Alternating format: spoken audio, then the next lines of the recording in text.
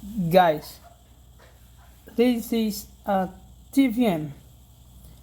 Esse é o teorema do valor médio. Esse teorema a gente viu lá no cálculo 1. Não sei se vocês recordam, mas quando nós o vemos, eu disse a vocês que a aplicabilidade seria no cálculo 2.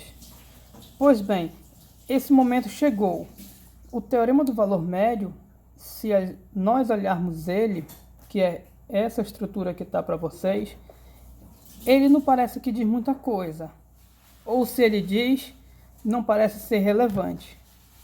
Mas na verdade é esse teorema que vai dar um enorme pontapé para o que está por vir, que é o maior teorema de todo o cálculo, de toda a área do cálculo, e um dos maiores teoremas da matemática, considerado por alguns matemáticos como uma das maiores genialidades da mente humana, que é o teorema fundamental do cálculo. Ou seja, tudo começa aqui, nessa estrutura que vocês estão vendo. O que a gente viu nas aulas anteriores foi uma motivação, um início, que era um problema de cálculo de área de regiões curvas, um problema que remontava desde os tempos antigos antes de Cristo. Aquele problema de cálculo de áreas curvas, diversos matemáticos ao longo da história estavam tentando resolver. Até que, depois de muito tempo, houve aquela ideia que eu mostrei a vocês, que transportava esse problema de resolver cálculo de áreas de regiões curvas para um limite. Esse limite percebeu-se que aparecia em outras regiões, em outros lugares da natureza, em outras áreas das ciências, então resolveu-se dar um nome especial, que é a integral definida, ou integral de Riemann. Então, a integral definida, ela nasce de um problema de muitos e muitos séculos para se conseguir resolver. E a integral definida, como nós vimos, é um limite que tudo indica que é extremamente difícil de resolver. E, de fato, aquele limite nós conseguimos resolver para casos especiais, usando fórmulas especiais, ainda assim é trabalhoso e, de certa forma, um pouquinho complexo. Mas nós iremos dar um grande passo a um teorema que irá facilitar toda a maneira de resolver aquela integral. Portanto, resolve de vez o problema do cálculo de área de regiões curvas. E tudo vai começar para a gente chegar nesse ponto de resolver isso de maneira fácil. Nós iremos partir daqui, o TVM. Se vocês olharem o TVM da forma como está aí, a forma nua e crua, provavelmente você não vai entender nada.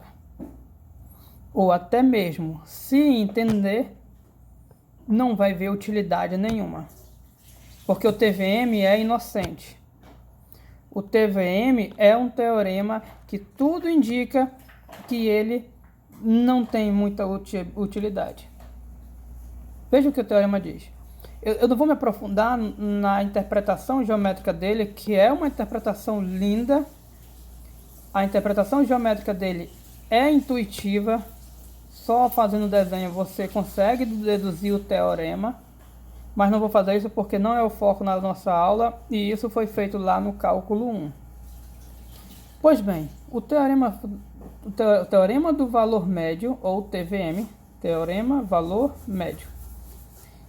Ele fala a respeito de uma função contínua em um intervalo fechado e derivável no aberto. Ou seja, eu tenho derivada, a função é derivável, exceto nas extremidades do intervalo, que pode ser que sim, pode ser que não importa. O que o teorema diz é que com essas condições existe um Czinho, algum elemento, no interior desse intervalo, ou seja, no intervalo AB, aberto, tal que a derivada nesse C é igual a isso aqui. Se vocês recordarem bem, também não vamos entrar nesse detalhe, essa expressão ela é a inclinação da secante que liga o ponto correspondente ao A do gráfico até o ponto correspondente ao B do gráfico. Os pontos do gráfico de abscissas A e B são dois pontos. Aí você, dois pontos. Se você pegar a secante que passa por eles, isso aqui vai ser a inclinação. Ou seja, o TVM diz que sobre certas condições existe algum ponto ali no meio cuja a inclinação do gráfico nesse ponto, a inclinação desse gráfico nesse ponto é igual à inclinação da secante. Ok? Pois bem, isso é o TVM. Não vamos nos aprofundar, não vamos detalhar muito. É isso, pronto. Professor, não entendi, não importa. Essa parte aqui não tem problema. Nessa parte nós não precisamos entender o TVM. O que nós precisamos é saber usá-lo. E quando chegar o momento de saber usá-lo, aí sim vocês vão entender como foi usado. Mas entender isso aqui não tem problema, apenas estou apresentando para se ter ideia para chegar ao momento.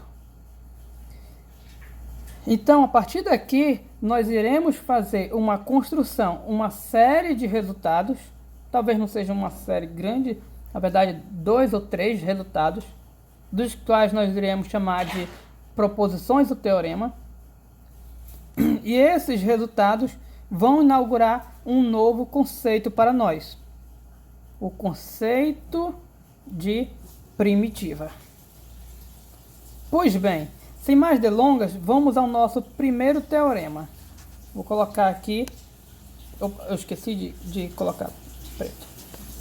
Teorema. Vamos botar aqui. Teorema. Ok.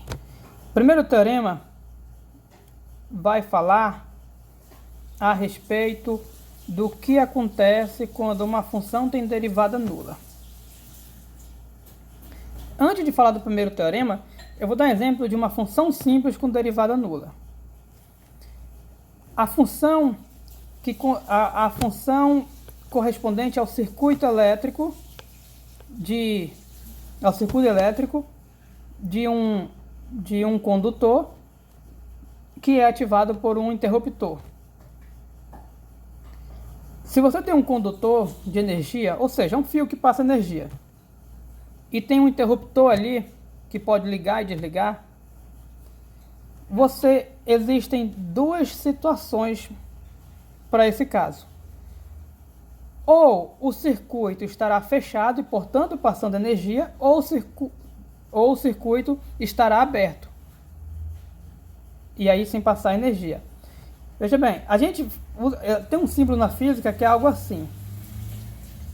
Quando o interruptor está desligado, ele rompe a ligação do condutor e não passa energia. Com o interruptor desligado, não passa. Quando não está passando energia, nós costumamos associar essa situação ao número zero, que não tem energia. Quando você liga o interruptor, ele fecha o circuito e agora está passando energia. Os elétrons podem passar pelo condutor, tem energia.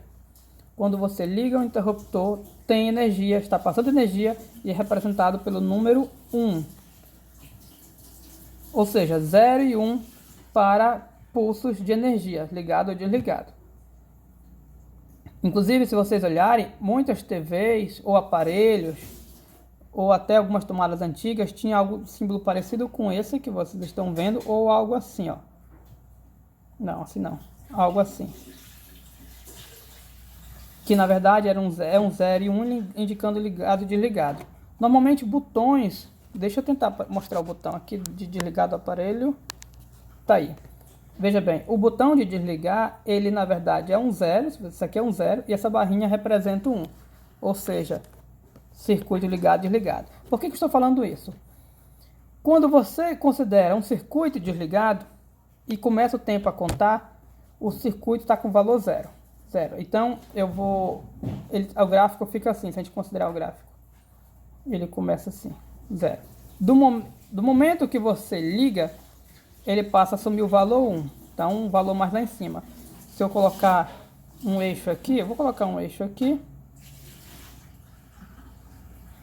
Opa, apertei de novo esse botão. Vou colocar um eixo Y aqui e um eixo X aqui. Pois bem, aqui é 1. Quando você conta o tempo que ele começa, o tempo do interruptor desligado, ele vem aqui embaixo, ligou, passou a assumir o valor 1. Ou seja, a função que analisa um circuito que estava desligado e depois ligou é uma função que durante determinado tempo contínuo ela não tem variação, ela é sempre desligado, e a partir de um certo ponto ela também não tem variação, ela fica sempre o quê? Ligado. Esse tipo de função, em todo intervalo contínuo, não tem variação. Se não tem variação, a derivada é nula, que é a derivada mede variação. A derivada mede a taxa de variação. Se não há variação, a taxa é nula, portanto a derivada é zero. De fato, reta inclinada na horizontal, sabemos que tem inclinação nula. Pois bem, esse tipo de função do circuito é uma função com derivada zero. Mas perceba que a função, apesar de ser derivada zero, ela não é constante. Ela não é constante. Ah, só um detalhe. Devemos lembrar que a derivada de qualquer função constante é zero. Derivada de função constante é zero. Tem até aquela brincadeirinha, né? Quando a pessoa zera na nota, peguei a derivada de uma constante, mas tudo bem. Ok. O que eu quero chamar a atenção é que essa função tem derivada zero. Em todo ponto que ela é derivável é zero, mas ela não é constante. Professor, é constante, olha, o gráfico é uma reta. Ela não é constante porque ela começa de um valor e depois muda para outro valor. Mas uma coisa que se chama atenção aqui é que não é uma função contínua. Por que não é função contínua? Por causa do salto daqui para cá. Então não é uma função contínua. E por que eu estou falando disso? Por causa do nosso teorema. O que nosso teorema na verdade vai dizer, esse primeiro teorema para esse pontapé nosso de resultados, o que ele vai dizer é que se a função for contínua e tiver derivada nula, então ela tem que ser obrigatoriamente constante. Calma, para ficar melhor, nós vamos escrever isso aqui, ó. Vamos trocar, esqueci de trocar a cor. Se f é contínua, vamos estar aqui, vamos considerar um intervalo fechado, contínua em intervalo fechado AB. E tal que, para quem nunca, eu acho que todo mundo da turma já foi meu aluno, não, para que tem alunos que não foram, ainda não tinham estudado comigo até então, esse é o símbolo que eu uso para o tal que. Se f é contínua em AB e tal que, a derivada de f é identicamente nula, colocar esse símbolo de 3 pauzinhos, que na verdade, ou seja, é tipo uma evolução do igual. Não é uma evolução, não vamos dizer que eu falei isso. Colocar esse símbolo com 3 pauzinhos significa que isso aqui ocorre sempre. Então, dizer que a filinha, esse pauzinho, é zero, eu estou dizendo que a derivada é sempre zero. Ou seja, qualquer ponto que eu calcular a derivada vai ser zero. Em outra expressão matemática, a gente fala f' é identicamente nula. Então, esse símbolo pode ser considerado como o símbolo do identicamente. Então, vou fazer uma revisão. A função é contínua no fechado, tal que é identicamente nula no intervalo aberto. Normalmente, quando é derivada, eu até comentei isso lá no cálculo 1. Mas, normalmente, a derivada a gente sempre fala no aberto. Até porque a derivada é um limite, precisa ter limite. Se tem limite, tem os laterais pelos dois lados. E extremidade, vou pegar aqui, ó, intervalo AB. Essa ponta A, por exemplo, ela não tem nenhuma aproximação do lado esquerdo, então não faz sentido eu falar de limite pela esquerda. Ou seja, é uma coisa técnica, derivada sempre a gente considera no interior, não considera nas extremidades, por eventuais problemas de limite. Mas tudo bem, vamos nos concentrar no nosso teorema e não desviar o foco. Se f é contínua, Intervalo AB, fechado, fechado. E tal que a derivada é identicamente nula, aí vem a conclusão. Então, f é constante.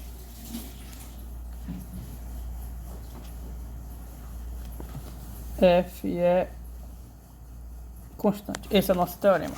Agora vamos dar um zoom para que todos possam enxergar. Já posso botar minha bolinha aqui? Ok. Pois bem, aquele exemplo do circuito elétrico era uma função que tinha derivada zero, mas não era constante. O que esse teorema diz é que, sob a hipótese de continuidade, se tiver derivada zero sempre, então ela é constante. Ou seja, o único tipo de função contínua que tem sempre derivada zero é a função constante. Guarda isso, a gente vai usar isso no futuro. Mas antes, nós vamos provar esse teorema. Nós vamos dar a justificativa de o porquê que ele é verdade. E, na verdade, a prova dele é bem simples. Prova do teorema. Ok, perceba que o teorema ele satisfaz todas as condições do TVM. Se a derivada é zero no aberto, é porque tem derivada no aberto. Então ele é contínuo no fechado, derivável no aberto. Olha o TVM, ó. Contínuo no fechado, derivável no aberto. Ou seja, para essas condições nós podemos invocar o TVM. E pelo TVM, pelo TVM.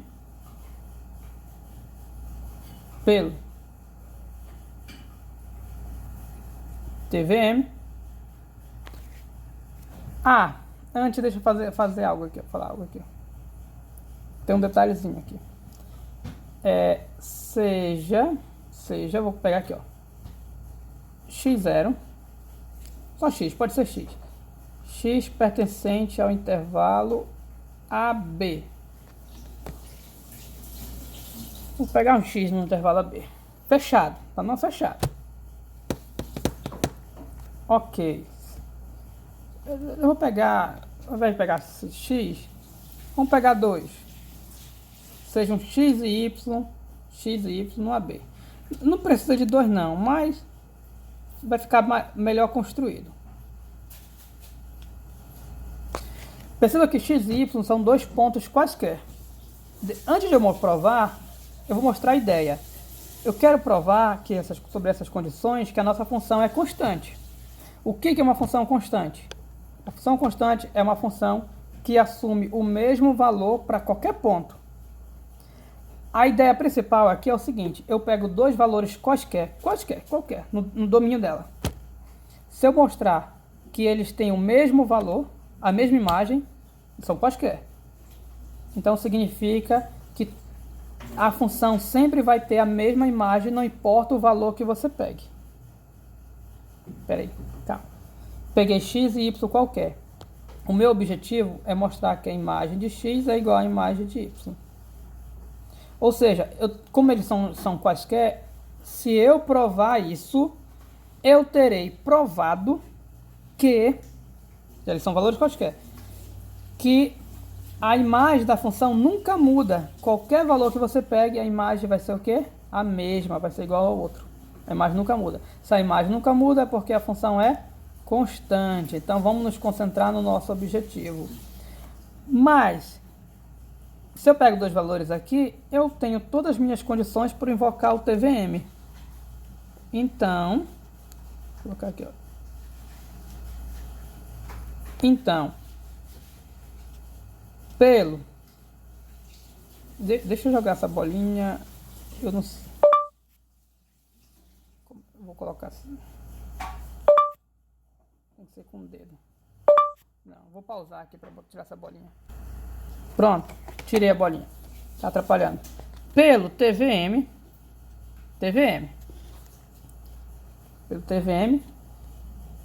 existe um C pertencente ao interior de x e y, tal que a derivada em C é igual a quanto? Aí vamos lá, o que o teorema diz? Vamos lá voltar para o TVM. O TVM diz que existe um C Professor, o C é em AB. O C é no intervalo aberto ao que você se refere. Aqui, como eu peguei x e y, eu vou considerar x e y, digamos x e y menor que y, pego x e y. Então, o meu intervalo que eu quero usar o TVM não é o AB, eu só quero usar do x até o y, ok? Como eu quero usar só do x até o y, então aqui vai ser x e y, por isso que existe um C pertencente ao intervalo x e y. E aqui, ó, como aqui vai ser x e aqui é y, aqui vai ser fy menos fx. Então, aqui. O intervalo é esse. Então a diferença de imagem, de novo aqui, ó. A imagem do último menos imagem do final. Portanto, aqui a imagem do último, que é o y, menos imagem do final. É isso que o teorema diz sobre o y menos x, porque se a gente ver, tem, ó, esse aqui e esse aqui, ó, viu? Ok. Então, pelo TVM, nós temos isso. Mas tem um detalhe. Onde é que esse C está? No XY. Onde é que o XY, no intervalo do XY? Esse intervalo XY está aqui. E aqui dentro, eu sei que a derivada é sempre quanto? Zero. Ou seja, todo ponto dentro do meu intervalo, a derivada é zero. E o C não é exceção, não. Então, o C não escapa. A derivada, esse bichinho aqui, também é zero. Esse bichinho aqui é zero. Põe zero aqui, zero. Pronto. Moral da história. Eu vou ter, se eu usar meio pelos extremos, meio pelos extremos aqui. Ah, esse zero não está embaixo não, tá? Pelo amor de Deus. Eu vou até tirar daqui para não correr risco. Que zero não pode aparecer no denominador. Esse bichinho aqui é zero. Vou colocar aqui, pronto. Agora eu fico mais tranquilo. Meio pelos extremos, eu vou ter o quê? Aqui, lembre-se que fica 1 aqui embaixo. Vamos botar para ficar bonito, para ficar legal. Não. Vamos colocar de azul para ficar didático. Tem um aqui embaixo, que eu quero dar meio pelos extremos. Então, essa aqui, ó, 1 vezes isso, dá isso.